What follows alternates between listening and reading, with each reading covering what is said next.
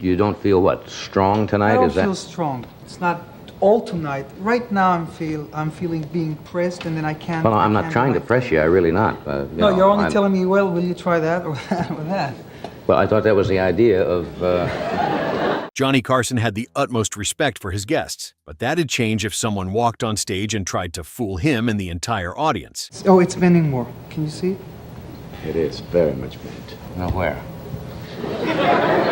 When a performer appeared on The Tonight Show, Carson practiced patience, giving them time for their act to happen. But when magician Uri Geller came on promising crazy psychic abilities and none of them worked, the segment turned into chaos.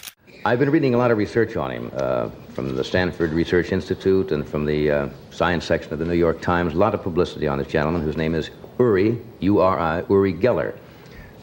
He is from Israel, and he's been the subject of a lot of study and quite a bit of controversy. He says that he claims to have been born, as I understand it, with the power of having psychokinetic ability, which is the movement of objects by sometimes not touching them by the mind, but without any physical touching of the objects. Before Geller ever walked on stage, the segment was already stacked against his usual method. Johnny Carson wasn't just a host, but had a background in magic, making him skeptical of Geller's claimed psychic powers. He has been on shows where objects have bent, things have broken just by touching them. And he's most interesting. And I tend to be sometimes skeptical, which may not be fair to him. You should probably have an open mind on this. But I would like to mention that he will be at Houston, Texas on September the 20th, and New York City's Town Hall on the 25th. And we hope we're going to see some rather astounding things tonight. Would you welcome, please, Uri Geller. James Randi later said the show contacted him before taping, and he advised them to use their own props and keep Geller and his staff away from them completely. That decision changed the entire setup of the appearance, as instead of letting Geller work under loose conditions, the show prepared controlled items itself. Nice to see you. Thanks. The disaster began almost instantly when Geller saw the table. As soon as he sat down, he reacted with visible alarm and said, "This scares me," showing he was uncomfortable before even attempting anything.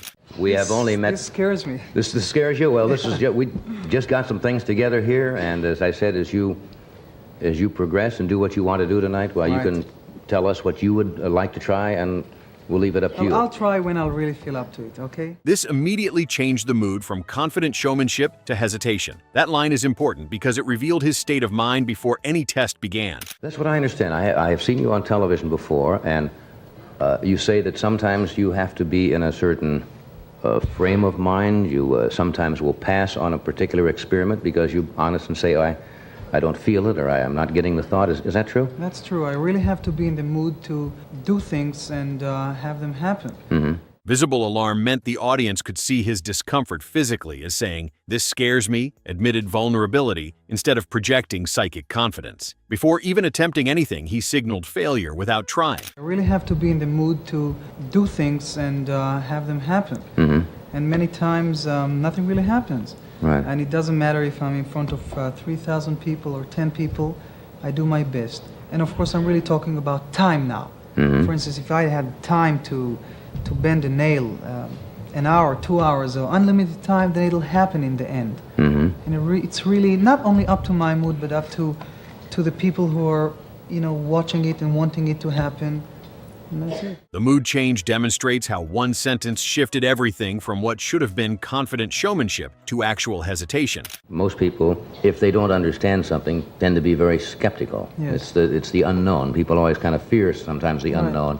You say, of course, there's not any trickery involved in this. This is some kind of ability, or I think as you phrase it, a strength or power that seems to come to you or given to you. Mm-hmm. I know that things that are moved without touching them or bent are called psychokinesis. Right. And telepathy is telepathy.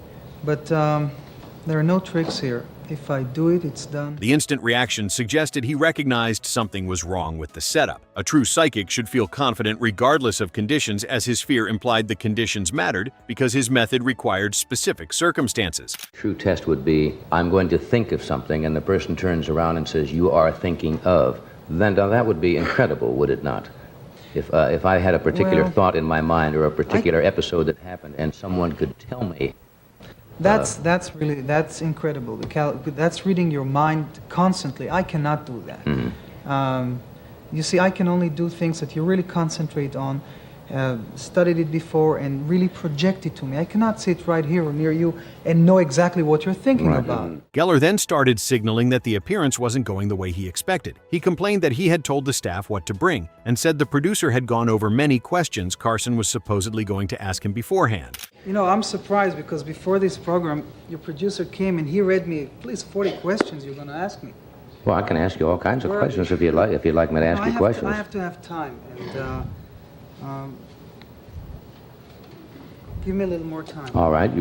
Now, we'll cut away from a commercial, and I will verify, and everybody in the studio will verify that nobody will touch the objects, okay? Right. Because I don't want to push it on that, but obviously we don't have, unlimited time on a television show. I wish we did. In other words, Geller seemed to be saying he had expected more of an interview setting, not a sudden test using studio-controlled objects. And now these objects out here are, we have some nails, we have some keys, we have, as you can see, some forks, we have some aluminum canisters. These are the type of aluminum canisters I guess a roll of film would come in. All of these objects have been supplied by us. You did not bring anything here at all. So, would you like to try anything here? Why don't you ask some more questions? Want me to ask you some more questions? You have to. The complaints revealed his expectations had been different from what materialized as telling the staff what to bring implies he wanted to control the props himself. We'll cut away from a commercial, and I will verify, and everybody in the studio will verify that nobody will touch the objects, okay? Right. Because I don't want to push it on that, but obviously we don't have, unlimited time on a television show. I wish we did. The producer going over questions suggests he prepared for a friendly chat, supposedly going to ask Ad's doubt about whether Carson actually agreed to this, as expecting an interview setting shows he wanted conversation, not demonstration. We have a variety of objects sitting here. We have also, as per your request earlier this afternoon, and if you want to try that or whenever you feel like it, one of our staff members did some drawings which have been sealed in an envelope, and I'd like you to take your own pace when you feel like you want to try anything. Right. Do you want to try that particular experiment first? When I'll feel free. When Okay? Sure. The sudden test format caught him off guard, as studio-controlled objects being the problem confirms why the preparation mattered. This showed Geller preferred situations where he controlled variables, as an interview would let him tell stories about his powers without proving them. The sudden test format exposed him to potential failure, making his complaints sound like someone whose plan had been disrupted. Finding a hidden object in 10 cans, of course. I did it repeatedly all the time. Right. And we have 10 aluminum cans there and 10 over here. I was already trying to concentrate on them, so I'll try the water. Now, since we have been gone, let me explain to the audience at home that he has not touched these objects in any way. They were brought over here by our property man. The table was placed here, and while we have been away, you have not touched them in any manner. I will verify that. Carson still tried to keep the segment moving, but the first test already felt awkward. Johnny told Geller to work at his own pace and pointed to the sealed drawing test, though Geller steered toward the water container demonstration instead. That's the way I did it at SRI. That's the way I'll try to do it here. All right, without touching them. Without touching them, of course. All right. Why don't you pick out when I say take this out, pick it out. Right, So of course. that means there's no water in that. I'll try to go down. When Carson said they would start eliminating the containers that didn't have water, Geller objected and emphasized that he should do it without touching them. Now, what I do now is try to have a sort of a feeling where the water is. Now, you're not touching them at all. You can see that I'm not. Well, I don't trust me. Okay, take this one out. There's no water in. Careful. You must. Sorry. The exchange already sounded tense and defensive instead of impressive. Carson trying to keep it moving shows his professionalism as host, while the first test feeling awkward means it started badly immediately. Work at his own pace gave Geller control over timing, as Johnny pointed to the sealed drawing test, suggesting he preferred that one. Excuse me. I'm sorry, I did not mean to do that. I was trying to move over to get a better look.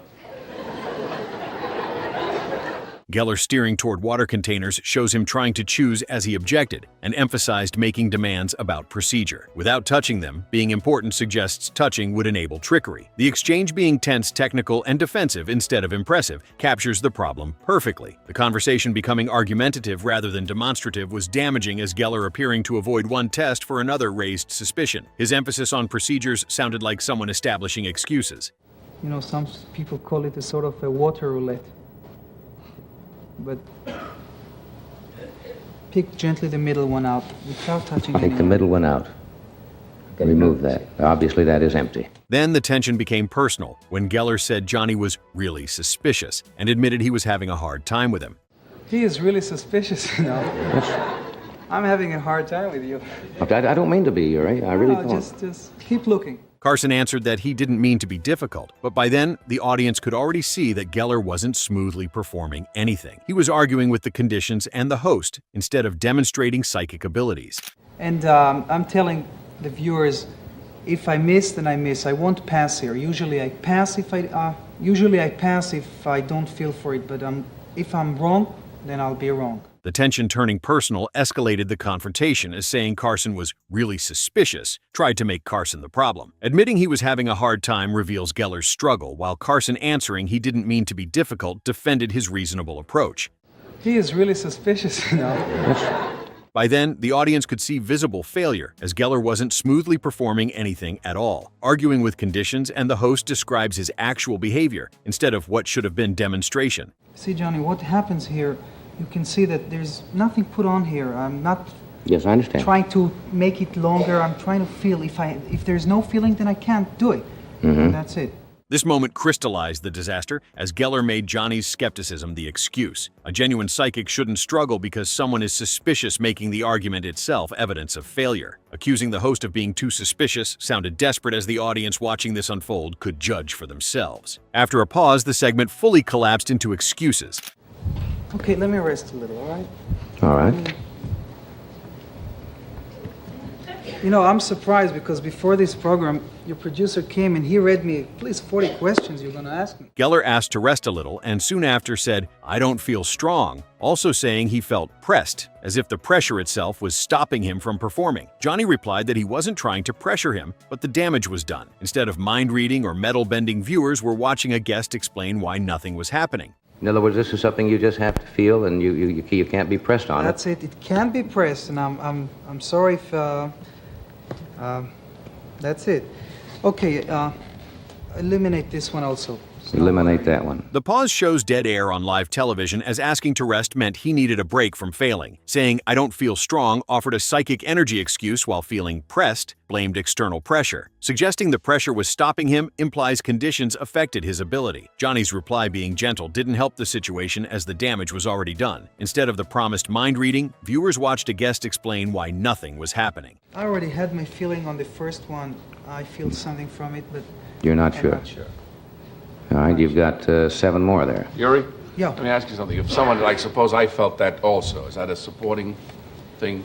No, you see, because I have to come down to it myself. I mean, you can't choose for me. This segment becoming an excuse session destroyed credibility, as real abilities shouldn't require perfect emotional states. The excuses piled up, creating a pattern where each new reason sounded less convincing than the last. See, there's actually, again, I'm saying there's no guesswork here. But you mentioned something. You said if the audience helps you concentrate, if they help you think about Oh yeah, this it thing. helps. I mean, it helps to a limited extent, but I'm the one who will have to choose from here, not you. The real humiliation was that the failure was public and slow, not quick. This wasn't one missed trick followed by a recovery, but became a long, uncomfortable live TV sequence where Geller never produced the convincing demonstration the audience had been promised. Uri, very often you say you do fail. Oh, well, you And see, do the audiences accept let me tell you this. Do they accept it? Yes, you see, I don't force anybody to, first of all, I don't force anybody to come to my appearances and believe me. Because Carson's staff had controlled the props, the appearance came to be remembered as the moment Geller couldn't deliver under conditions designed to block trickery. Being public and slow made it worse than a quick failure would have been. Not being one missed trick followed by recovery means no redemption happened. The long, uncomfortable live TV sequence describes the extended agony, as Geller never produced the convincing demonstration that had been promised. I'm trying to do and succeed.